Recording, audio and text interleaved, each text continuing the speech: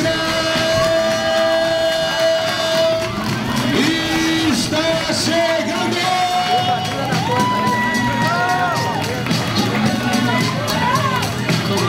Agora é MMA. Categoria até 71 quilos. Tigrão, como sempre, concentrado e mais do que nunca preparado para mais uma vitória em sua carreira.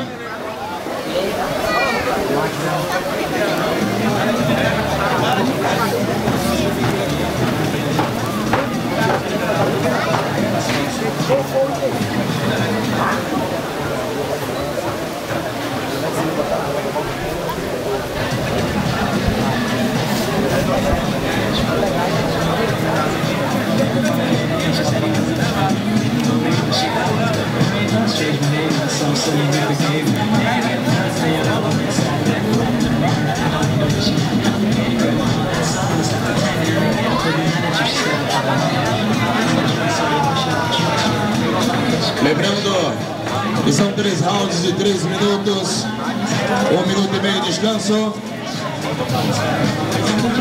Senhoras e senhores, ele irá desafiar o Rodrigo Tigrão. Ele tem nome de campeão. Ele é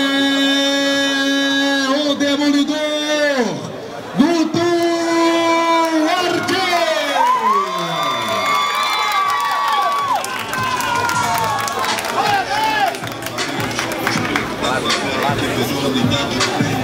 Acreditando, carregando no peito, me mexendo no fundão, fazendo o nosso jeito.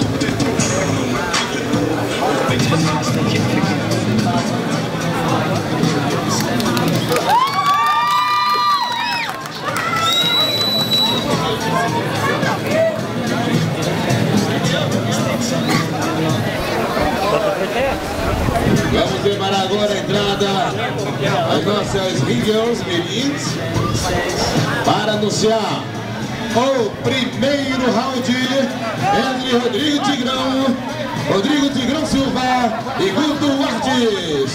Atenção, Girls está se apresentando, mostrando todo o charme mirim, a da defesa, porque afinal de contas será um duelo.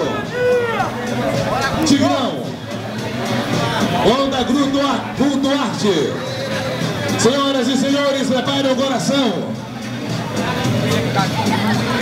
E chamo para a conversa tradicional, explicar as regras.